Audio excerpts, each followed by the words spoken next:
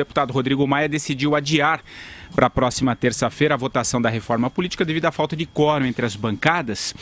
Porque ontem Maia havia dito, que só colocaria a pauta em votação se houvesse 480 deputados na casa, mas apenas 431 parlamentares estavam presentes. Mas entre os temas a serem votados estão aí o sistema distritão e a desvinculação do fundo público de campanha da receita líquida anual da União.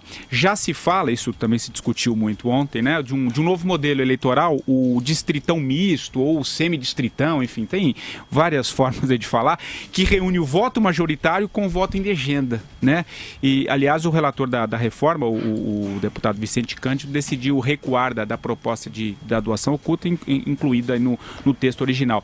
Mas, enfim, não é só falta de quórum, porque não teve acordo ali, que mixórdia, que virou esse negócio. O que foi que a gente viu ontem, Vera? Que mixórdia que virou esse negócio. Os caras estão querendo fazer qualquer negócio para aprovar qualquer coisa que lhes permita se reeleger. A verdade é essa, eles estão atuando na bacia das almas já. Distritão misto não existe, gente. Distritão misto é uma jabuticaba brasileira. Porque se o distritão é justamente você transformar o voto num voto majoritário, vale aquela lista, qual é a possibilidade de um distritão misto? É uma loucura.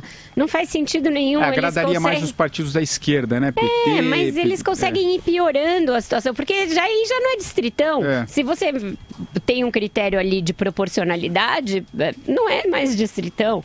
Então, não faz sentido nenhum. Esse leilão aí para definir o valor do fundo partidário também, não faz, do fundo eleitoral também, não faz sentido algum.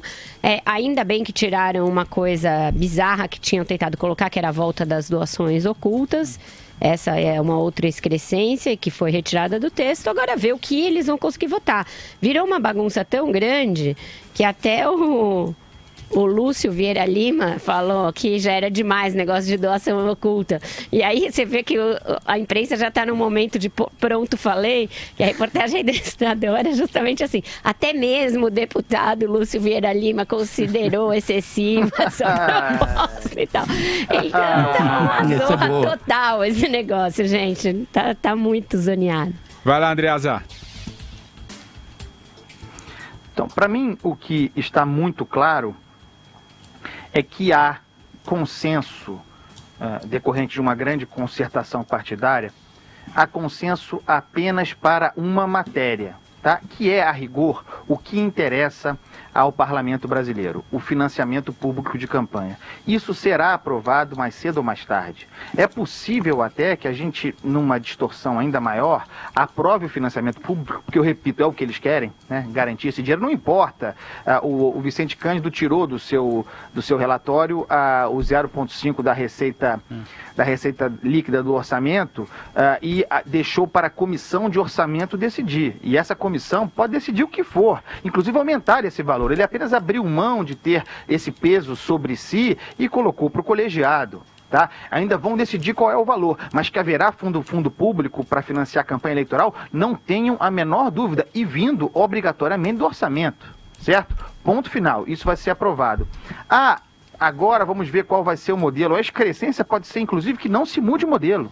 Tá? Que não se chegue a um consenso para mudar o modelo atual, que continue o voto proporcional como a gente conhece hoje. Esse distritão misto, que eles chamam de semidistritão, é uma bizarrice tremenda, mas deixa eu explicar aqui exatamente em que consiste. O eleitor poderia votar num candidato ou numa legenda, tá? Então, a eleição continuaria sendo majoritária. Os mais votados, por exemplo, em São Paulo, são 70 deputados federais. Os 70 mais votados seriam eleitos. Ocorre que, podendo votar também na legenda, os votos na legenda, exclusivamente na legenda, seriam distribuídos igualmente entre os candidatos do partido. Isso. Fazendo com que, de repente, alguém que seja o 71º possa subir uma posição e entrar entre os 70. É uma loucura tremenda, mas aí você vê, começam a surgir os puxadinhos, os complementos bizarros. É típico desse nosso Congresso oportunista. Muito mais bizarrice virá. Marcelo Madureira. Eu estou percebendo que, por algum fenômeno muito estranho, desde ontem, quando eles recuaram, inclusive com relação ao valor do fundo partidário, de 3,6 bilhões para 2 bilhões, né? Um recuo extraordinário, mas não suficiente, enfim. E hoje, com esse desarme da reforma partidária, eu estou percebendo que o Congresso está se dando conta da bizarrice que ele é, da pantomima, né, do ridículo que ele se transformou dentro do cenário brasileiro. O quão isolado ele está da sociedade, o quanto que ele está falando para o próprio umbigo, o quanto que ele está sendo dispensável para a própria sociedade. Eu acho que esse é o sintoma que eu percebo nessas últimas 48 horas aí, que os caras se deram conta, talvez, alguns, né, do ridículo, do papel ridículo que eles têm feito nos últimos tempos, como eles têm desmoralizado a própria instituição do parlamento. Eu não sei se isso é uma esperança minha, né, um wishful thinking, né, um pensamento positivo, mas eu tendo a perceber que isso pode ser um certo movimento de que o Congresso volte um pouquinho seus olhos para a sociedade, tente se aproximar da sociedade, não mudando o nome de partido, não fingindo de conta que está preocupado com o resto da sociedade, mas pelas próprias contradições que estão existindo. Eles não estão conseguindo fechar acordos, não estão conseguindo fechar pactos entre eles, talvez porque alguns parlamentares, já em contato com algumas das suas bases, estão vendo da inviabilidade, né, das suas próprias candidaturas. Eu acho que é o que está acontecendo, de certa forma, no nosso Congresso. Eu estou percebendo esse movimento.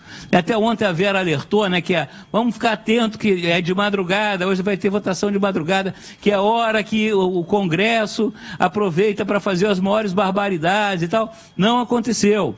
Não aconteceu. Pois é, não conseguiram. Eu acho que eles estão percebendo votos, que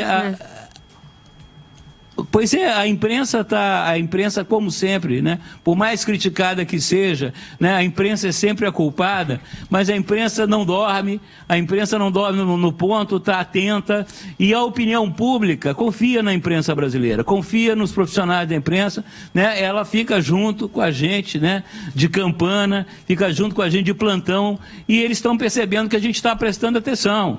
Né, que nesse filme eles vão acabar mal. É o que eu falei ontem, eu repito, eu faço toda vez que você encontrar um parlamentar, seja qual for o parlamentar, procure ele, converse com ele, pressione ele, né, mesmo que sejam, digamos, desses bons parlamentares, são raros, mas existem, né, bons senadores, bons deputados, mas aí mostra solidariedade, mas se for do mal, né, essa bandidalha, vá lá, cobre dele, pressione com educação, né, com civilidade, deixa eu aproveitar esse gancho do Madu, que a opinião pública está tendo. Fala, Vera. O problema é quando essas manifestações da opinião pública resvalam para agressividade, né? Na semana passada foi o prefeito João Dória e hoje quem foi vítima de um ovo, Patrick, acabamos de ver aqui, foi o Jair Bolsonaro, que está em campo em Ribeirão Preto, levou um tapa e uma ovada na cara. Eu discordo praticamente de tudo que o Jair Bolsonaro diz, discordo de tudo que o Lula diz, discordo da maioria dos políticos, mas